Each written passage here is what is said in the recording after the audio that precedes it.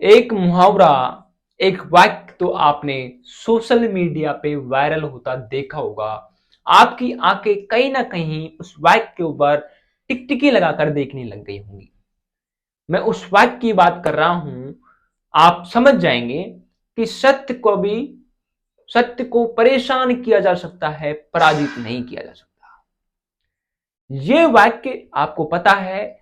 ये शब्दों का इस्तेमाल राजस्थान के पूर्व उप मुख्यमंत्री सचिन पायलट ने उस वक्त किया जब वो यहां से कांग्रेस पार्टी से बगावत करके मानेसर चले गए थे। और उन्होंने जैसे ही वहां से उनका मसला सॉल्व हुआ, इशू शांत करा, उसके बाद में उन्होंने ये लिख दिया कि सत्य को पराजित नहीं किया जा सकता, परेशान किया जा सकता है। कहीं ना कहीं ये उसके विपरीत साबित हो रहा है। अशोक गहलोत वाकई में बड़े जादूगर निकले हैं। उन्होंने अपनी सरकार को 5 साल चला करके दिखा दिया है।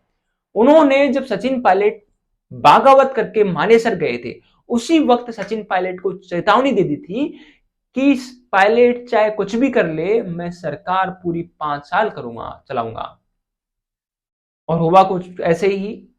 चाहे आला कमान का कोई सदस्य फोन कर लीजिए, चाहे सोनिया फोन कर लीजिए, चाहे राहुल फोन कर लीजिए, चाहे प्रियंका फोन कर लीजिए, गहलोत के कोई फर्क नहीं पड़ने वाला। उन्होंने अपनी गद्दी नहीं छोड़ी और गद्दी का मोह उनको अभी भी है। उनके समर्थक तो कहीं ना कहीं ये और बोलते हैं कि चौथी बार गहलोत सरकार। क्या वाकई में गहलोत सरकार चौथी बार बन पाएगी या नहीं बन पाएगी, ये तो विधानसभा चुनाव के बाद में ही स्पष्ट हो पाएगा। पायलट को कहीं ना कहीं बैकफुट पे ला दिया है। बड़ी बड़ी महापंचायतें कांग्रेस की हो रही हैं, बड़ी बड़ी सभाएं हो रही हैं, केंद्र के नेता यहां पर आ रहे हैं, प्रियंका गांधी, राहुल गांधी लगातार यहां पे आ रहे हैं। उसमें कहीं ना कहीं कांग्रेस पार्टी को एकजुटता का संदेश देना पड़ रहा है। प्रियंका गांधी की लगातार तीसरी सभा झुंझुनू में हुई, उससे पहले सिकराय दौसा में हुई, उससे पहले टोंक में हुई।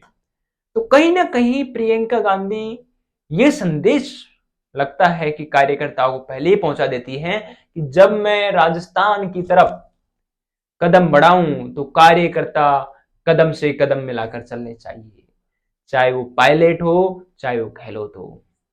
आपको पता है कि सचिन पायलट ने कहा कि सब्र करिए, कार्यकर्ताओं से कहा सब्र करिए, लेकिन कहीं ना कहीं कार्यकर्ताओं का सब्र का बांध टूटता जा रहा है।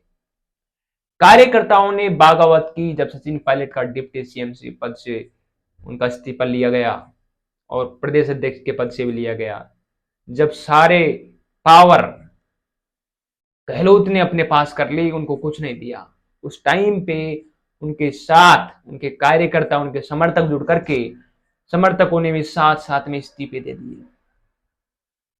सचिन पायलट तो वर्तमान में विधायक हैं और वो बड़े नेता हैं, लेकिन वो आम कार्यकर्ता क्या करेंगे जिन्होंने बूंद बूंद जोड़ करके वो पद पाया था, वो पद पाया था।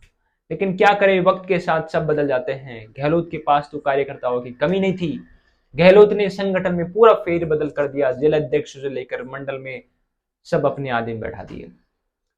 गहलोत को वाकई में जादू इसलिए बोलेंगे क्योंकि उन्होंने 5 साल तक सरकार को चलाकर दिखा दिया। और 5 साल चलाने के बाद में उनके समर्थक ये बोल रहे हैं कि चौथी बार गहलोत सरकार। लोग राजनीति में लोग पैसे के लिए, पावर के लिए भाई को भाई नहीं बकसता, दोस्त को दोस्त नहीं बकसता, परिवार वालों को परिवार वाले नहीं बकसते। तो ये पायलट के समर्थक कहां वो करेंगे। बड़ा पुलंदा था, मुट्ठी में अनाज उठाया था पायलट ने, कहीं ना कहीं दाने गिरते गिरते गिरते गिरते 20-25 दाने रह गए।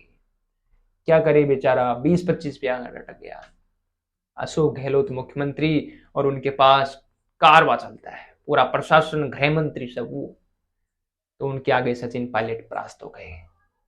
वाकई में अब ये देखना है कि क्या सचिन पायलट, क्या राजस्थान की गद्दी पर सचिन पायलट बैठ पाएंगे।